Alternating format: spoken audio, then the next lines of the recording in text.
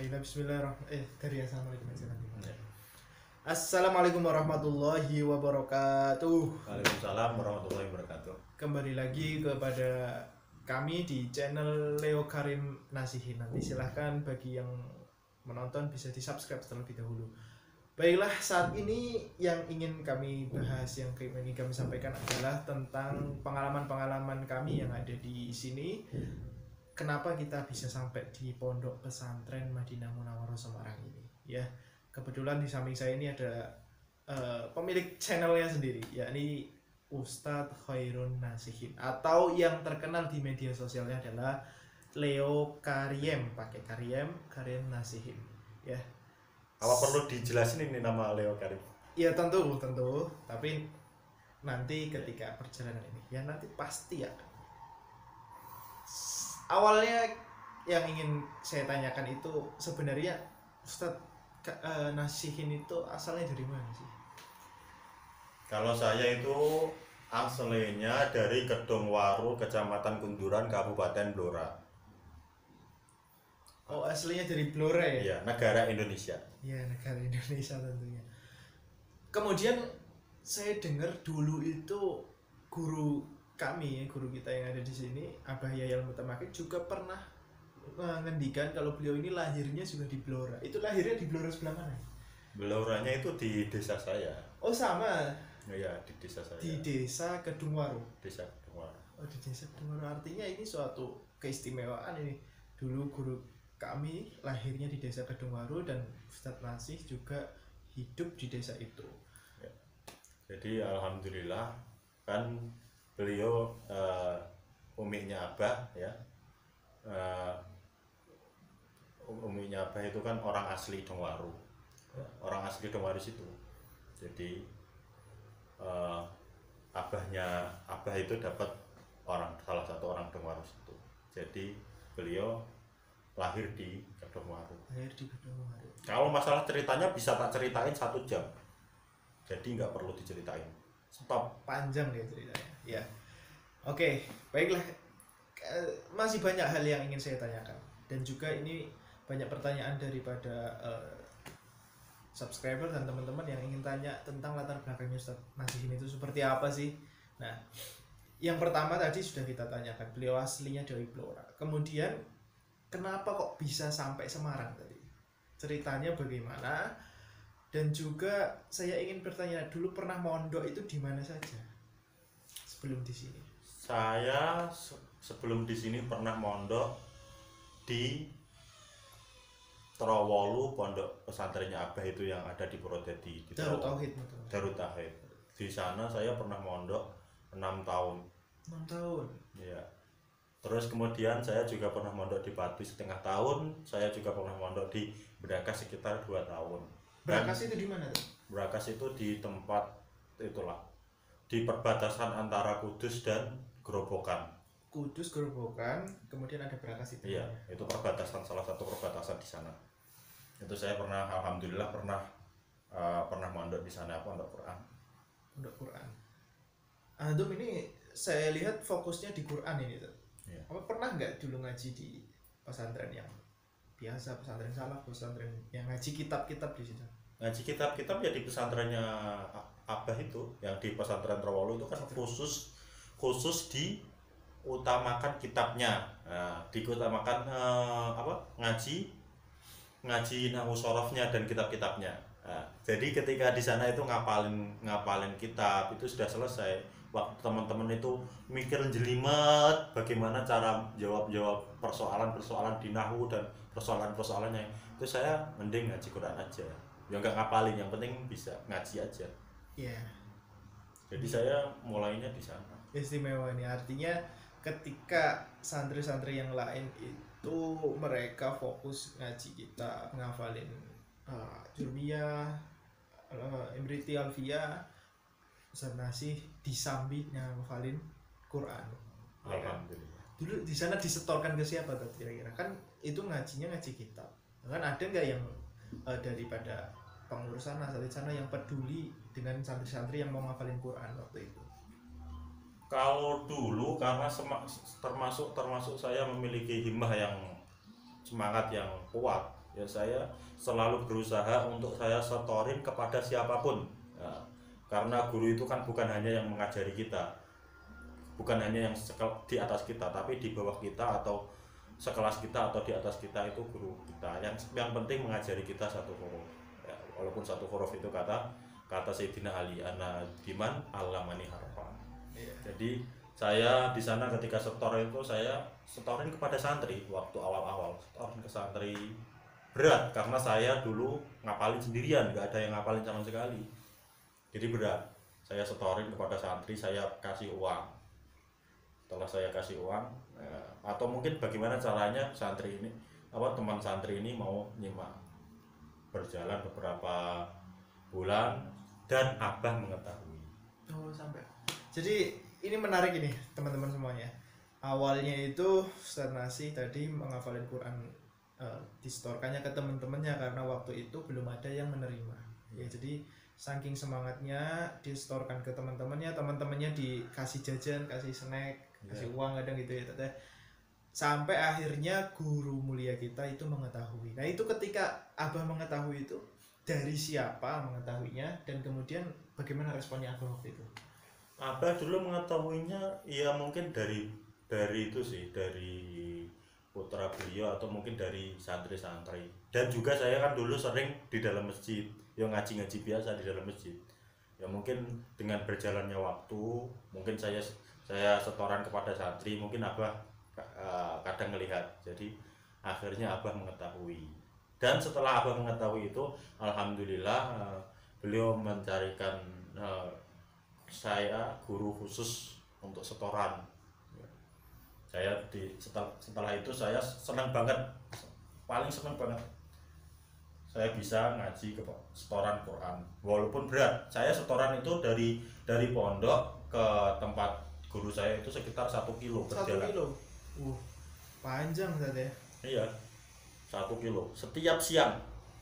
Tapi selama seminggu 3 kali deh. Seminggu 3 kali ya. Memang begitulah perjuangannya di awal-awal ketika beliau ini mau fokus ke Quran. Jadi tadi sampai abah kami itu bernama Kiai Yahya Al-Mutamakin, beliau mengetahui semangatnya Ustadz Nasi ini dalam menghafal Quran, akhirnya mencarikan guru. Ketemulah guru di Pati itu. Di Pati juga saya di itu. Oh, dulu siapa itu? Dicarikan guru itu siapa dulu yang menerima setoran?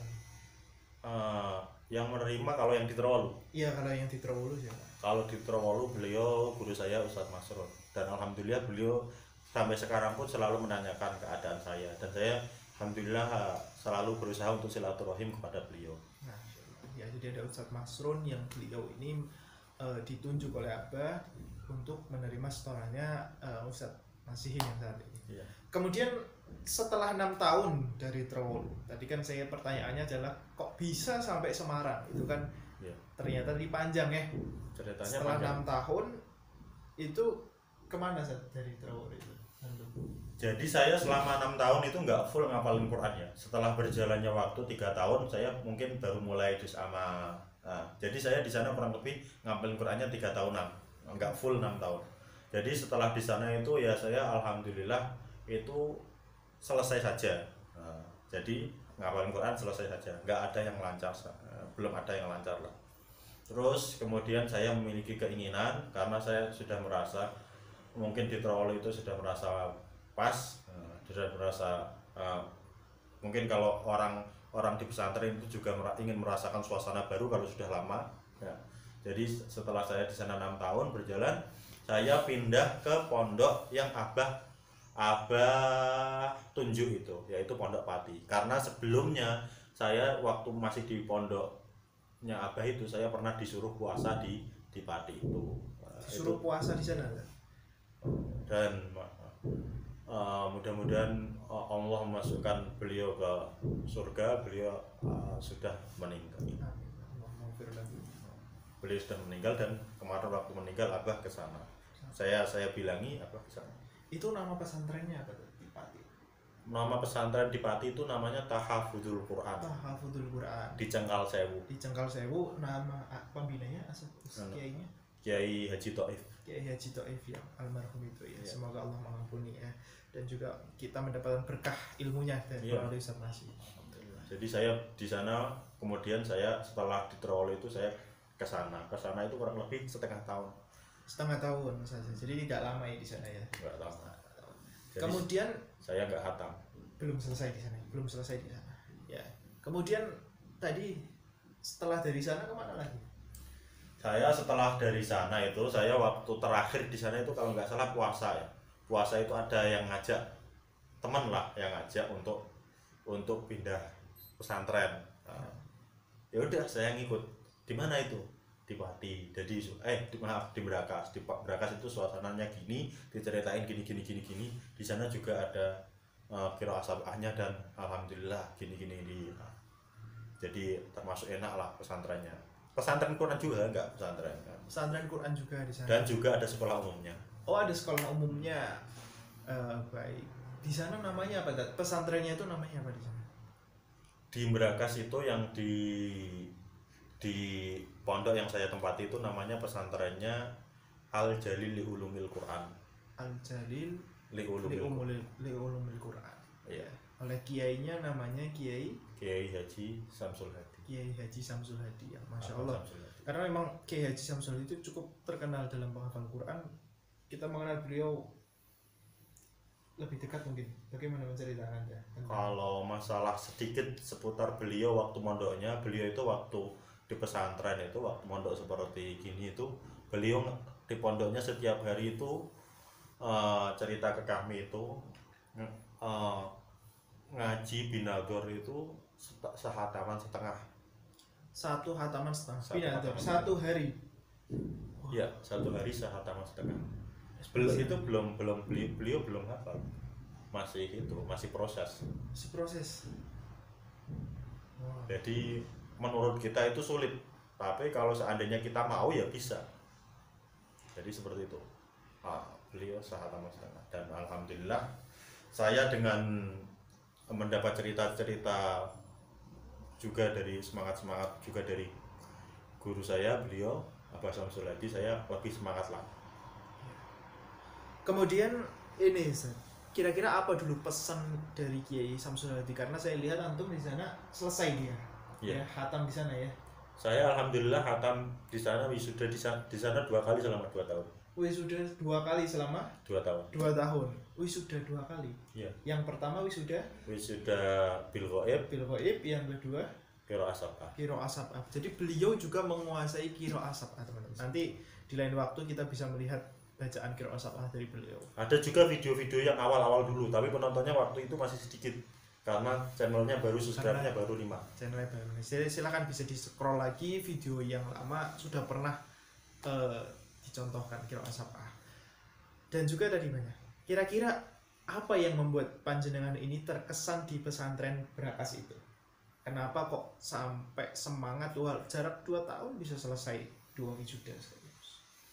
Saya di sana itu semangat diantaranya mungkin ya karena juga memiliki teman dekat yang semangat juga ya, Kang Kolek diantaranya.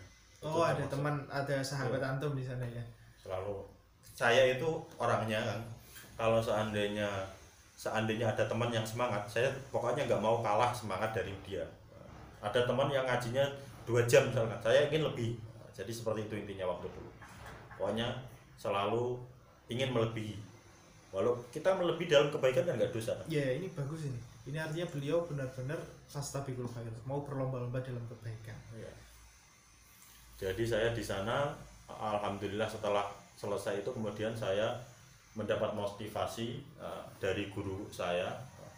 Saya dimotivasi waktu itu, beliau motivasinya begini. Sampean itu masih waktunya mencari ilmu, Kang. Jadi tambah ilmunya. Ditambah sabahnya. Sampean itu memiliki keahlian juga di situ. Karena kalau dalam segi qiraah sabah, kalau Al-Qur'annya itu sudah lumayan lancar. Saya belum lancar, sudah sedikit lumayan lancar, maka dipermudah. Alhamdulillah saya di sana Qiraah Sab'ah itu selesai 8 bulan sih itu. 8 bulan saja sudah selesai. Jadi itu dari juz 1 setoran sampai 30 itu 8 bulan. Alhamdulillah. Dan beliau selalu istiqomah untuk menyemak saya dari pagi, siang juga saya setoran sendiri pun beliau menyemak, masya Allah istiqomahnya. Mudah-mudahan kami ketularan keistiqomahan beliau. Ya artinya beliau ini begitu sabar dengan santri-santrinya, ingin mencetak generasi-generasi Quran yang menghafal Quran. Iya, generasi Qurani. Generasi Qurani ya. Ya begitulah ulama itu, keikhlasannya tidak bisa kita bayangkan dengan nalar kadang ya. Kemudian yang ingin saya tanyakan itu dulu jenengan ketika wisuda di sana tahun berapa? Wisuda yang kedua. Wisuda yang kedua kemarin tahun berapa ya? Ini 2020, kemarin 2019. Kalau nggak salah yang kemarin setengah tahun yang lalu. 2018. 2018. Artinya beliau itu wisuda Qiraah Sab'ah di 2018. Dan waktu itu kalau saya tidak salah posisinya sudah di Semarang ya? Iya, sudah di Semarang, ya. ya? Nah, coba kita tanya, kenapa kok bisa sampai Semarang nih? Awalnya bagaimana? Jadi ceritanya awalnya itu waktu itu saya itu kan saya termasuk santri yang alhamdulillah termasuk kadang-kadang walaupun saya nakal, saya banyak nakalnya kepada guru, alhamdulillah ya saya kadang-kadang itu masih itu selalu masih sering silaturahim kepada guru saya Abah Yahya. Dan suatu ketika saya silaturahim itu pernah diminta untuk Abah bilang kepada saya dan juga pada ustaz-ustaz banyak juga ingin mendirikan pesantren Quran di pondoknya Abah itu, baik di sini ataupun di Trowalu. Akhirnya saya diminta, dan waktu itu saya belum siap, merasa belum siap. Akhirnya saya minta izin untuk ke pesantren lagi, dan saya diminta kedua kali, ketiga kali. Akhirnya setelah saya selesai Qiraah Sab'ah, saya langsung cepet-cepet sowan kepada Abah untuk bilang saya itu sudah siap. Walaupun di sini alhamdulillah sudah berjalan waktu selama sekitar 1 tahun. 1 tahun sudah berjalan. Sekitar 1 tahun berjalan itu, alhamdulillah pondok pesantren tahfidz di sini semakin berkembang. Ya.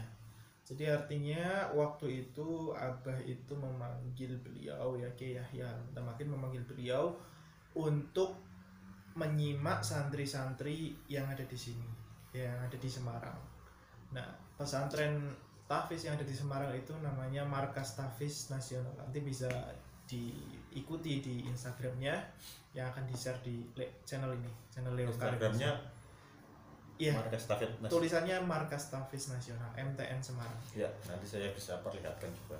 Ya, kemudian saya perhatikan Ustadz Nasih ini sudah mencetak berapa angkatan di sini?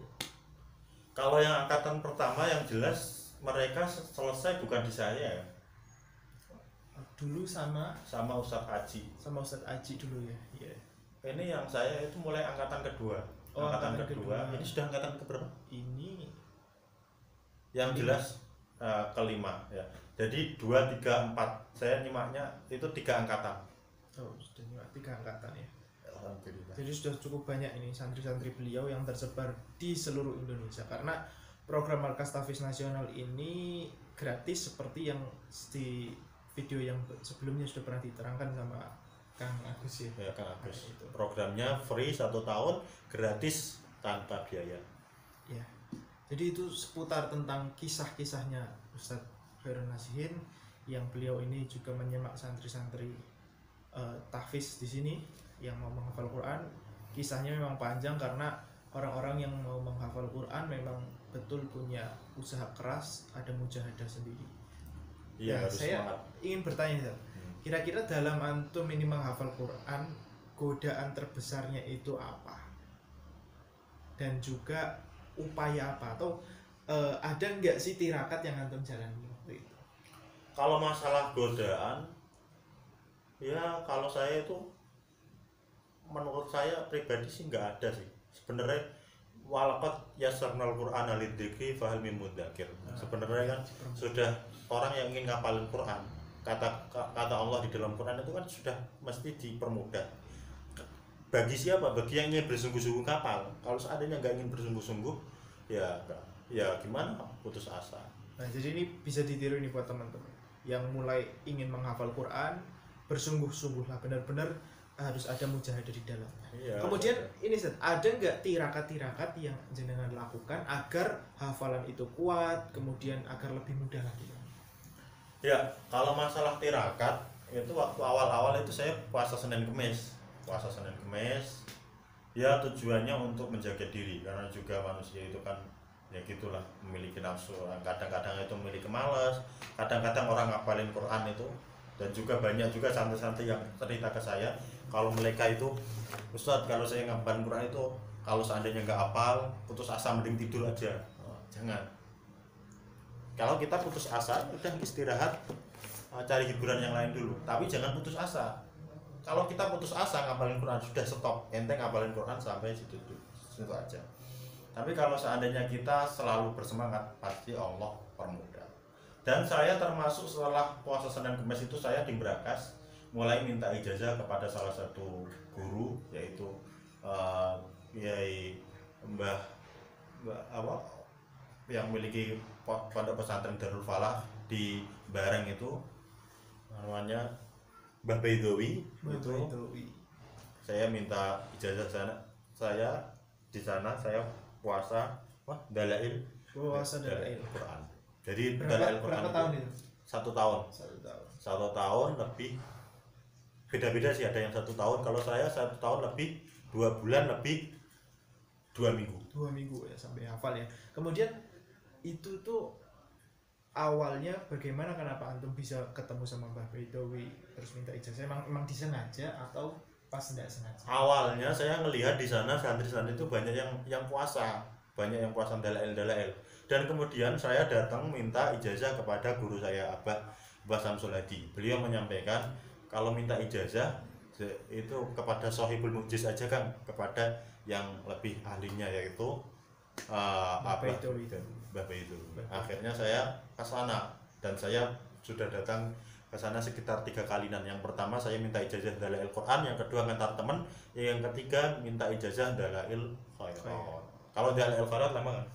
Lama ya. Berapa bulan? Sampai setelah nikah pun belum selesai. 3 3 tahun 3 bulan 3 15 hari. Iya. Jadi begitu. Termasuk tujuannya puasa itu apa? Ya tujuannya untuk menjaga diri juga, agar mempermudah ngapalin juga. Orang kalau berpuasa insya Allah ngapalinya lebih mudah karena nggak banyak mikir. Jadi seperti itu di antara masalah riadohnya. Kalau masalah hal yang saya berat ya mungkin ya masalah, ada juga mungkin ya masalah seperti apa ya, nafsu malas, terus mungkin kadang-kadang sakit, atau mungkin kadang-kadang itu pengen pulang atau gimana. Ya itu. Jadi kalau saya perhatikan itu kebanyakan orang-orang yang mau menghafal Quran itu ya nggak cuma menghafal Quran, ngaji kitab pun sama, atau belajar di perkuliahan juga sama. Mereka ini pasti terkekang dengan yang namanya malas. Jadi kalau malas ya kita berusaha mencari titik yang bisa mengajak kita kepada kerajinan. Mungkin bisa sedikit hiburan, melihat pemandangan-pemandangan, atau yang kalau Quran bosen ya sedikit belajar tentang ilmu hati, ilmu tasawuf dan lain sebagainya. Karena memang yang namanya tadi nafsu di dalam diri itu harus kita paksa.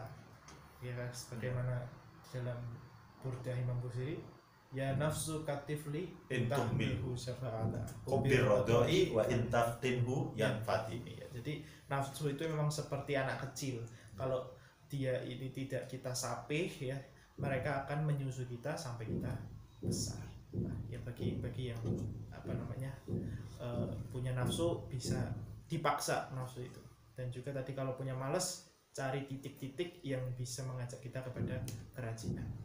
Nah, kemudian kira-kira ya di penghujung pembahasan kali ini ada enggak motivasi, nasihat-nasihat buat santri-santri yang ada di pesantren Madinah Munawwarah ataupun di Darut Tauhid Mutamakin yang mau menghafal Quran atau yang sudah menghafal Quran, atau bagi semua viewer yang pengen menghafalkan Quran, bagaimana nasihat?